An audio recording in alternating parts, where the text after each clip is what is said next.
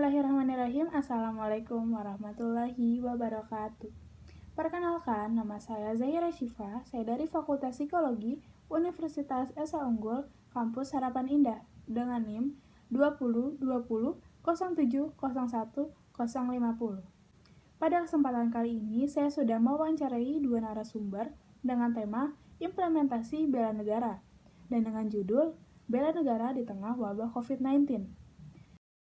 Assalamualaikum warahmatullahi wabarakatuh. Perkenalkan, nama saya Zahira Syifa, saya dari Fakultas Psikologi Universitas Esa Unggul. Saya ingin mewawancarai Ibu, apakah Ibu berkenan?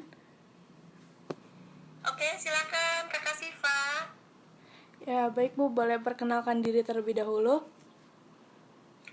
Nama saya Vera Novrianti, pekerjaan sebagai karyawan.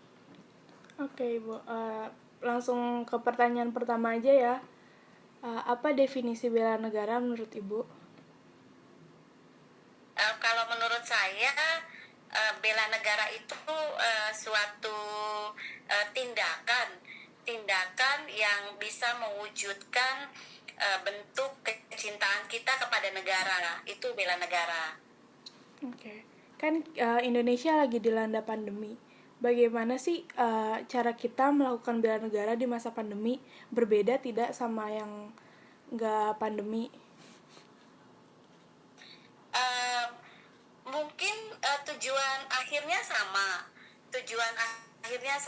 Jadi kalau orang awam ngedengar kata bela negara, pasti konotasinya kan adalah kayak wajib militer gitu. Sebenarnya enggak. Kita bisa artikan dalam arti yang sangat sederhana. Kalau kondisi pandemi, bagaimana cara kita bisa mewujudkan bela negara tadi? Kalau menurut saya, satu, gimana caranya kita bisa menjaga supaya angka peningkatan kasus COVID itu enggak meningkat terus. Itu salah satu bentuk bela negara. Satu, misalnya kita ikutan pakai masker, kita prokes dengan baik, kemudian kita nggak ikut kumpul-kumpul sama orang yang banyak. Itu salah satu wujud bela negara di masa pandemi. Kalau di masa nggak pandemi, banyak tergantung mau di sisi bagian yang mana gitu Kakak Syifa. Iya, upaya apa sih yang udah Ibu lakukan untuk bela negara di masa pandemi ini? Kalau di masa pandemi yang menurut saya udah saya lakukan, satu adalah kalau saya keluar rumah itu saya pasti pakai masker gitu kan. Kalau misalnya belanja ke pasar, saya gunakan sarung tangan. Kemudian saya nggak ikut kumpul-kumpul sama orang banyak, jadi menghindari kegiatan seperti itu. Kemudian kalau dari luar masuk ke dalam rumah, saya bersih-bersih sebelum ketemu anggota keluarga lain. Itu yang menurut saya ya Kakak Syifa. Ya, menaati protokol kesehatan berarti ya Ibu? Ya betul, itu salah satu contoh bentuk bela negara menurut saya. Iya, terus gimana sih sikap kita kalau misalkan ada orang yang nggak patuh sama protokol kesehatan? Gini, sebenarnya intinya kalau ada orang nggak patuh protokol kesehatan, kita harus kasih tahu. Cuma caranya kita ngasih tahu itu kan kadang harus beda-beda ya Kak ya.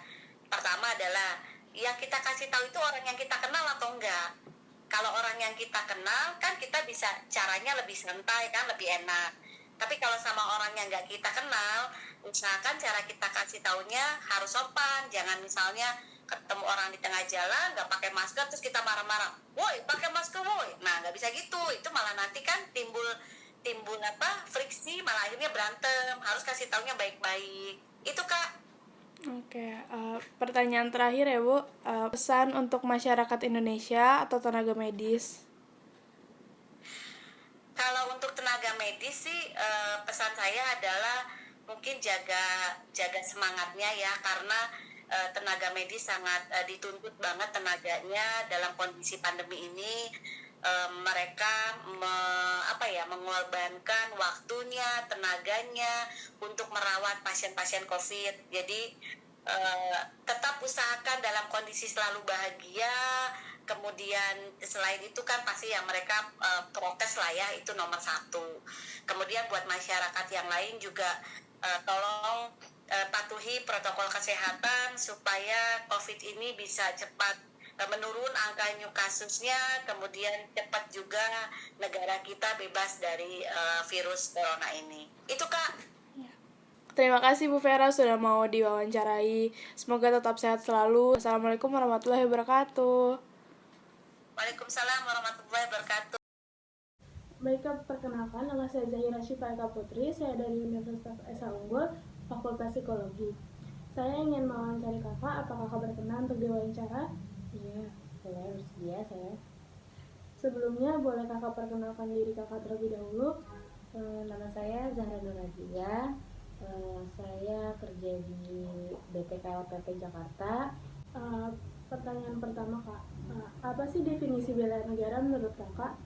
Definisi bela negara menurut aku, jadi bela negara itu adalah tentang patriotisme terhadap negara. Jadi bisa dikatakan bela negara itu adalah kecintaan seseorang terhadap bangsanya sendiri atau tanah airnya.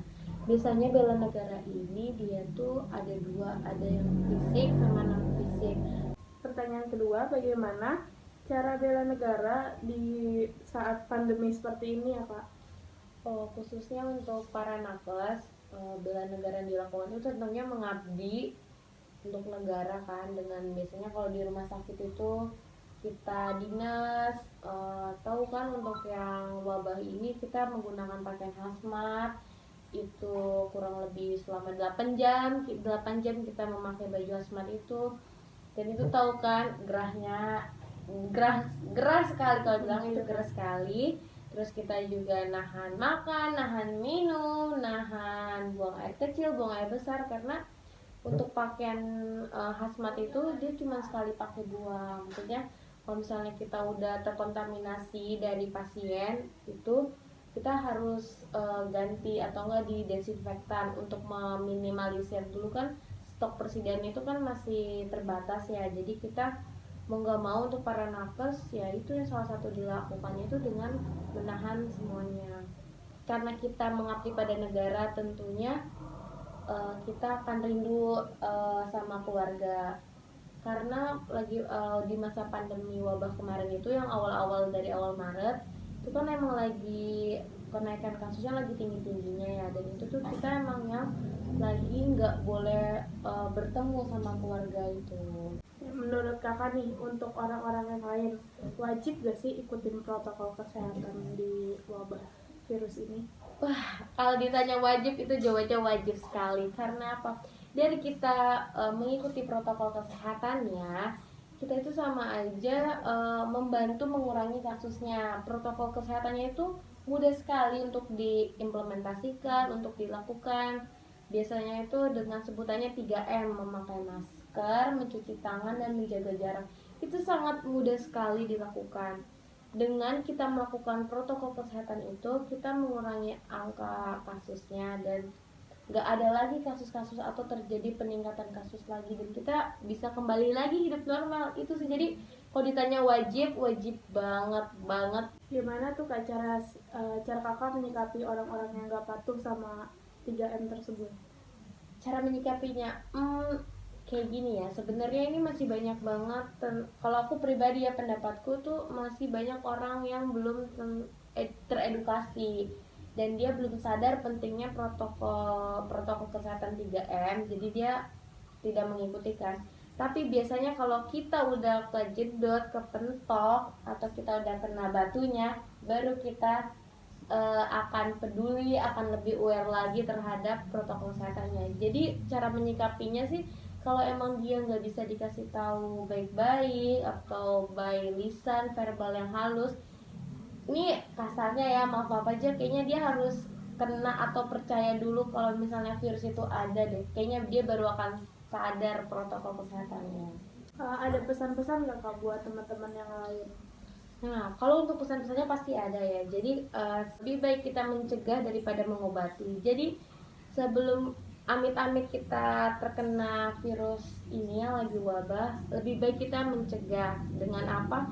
Caranya mudah sekali, cuman kita melakukan protokol kesehatannya, memakai masker, mencuci tangan, dan menjaga jarak. Baik Kak, terima kasih ya sudah mau diwawancara dengan saya. Ya, sama-sama. Di masa pandemi ini, penting bagi kita sebagai masyarakat Indonesia untuk mematuhi protokol kesehatan yang telah dibuat pemerintah, yaitu menjaga jarak, memakai masker, serta menghindari kerumunan. Karena dengan kita melakukannya, kita sudah turut berpartisipasi dalam Sekian dari saya, kurang lebihnya mohon maaf. Wabillahi taufiq wal hidayah. Wassalamualaikum warahmatullahi wabarakatuh.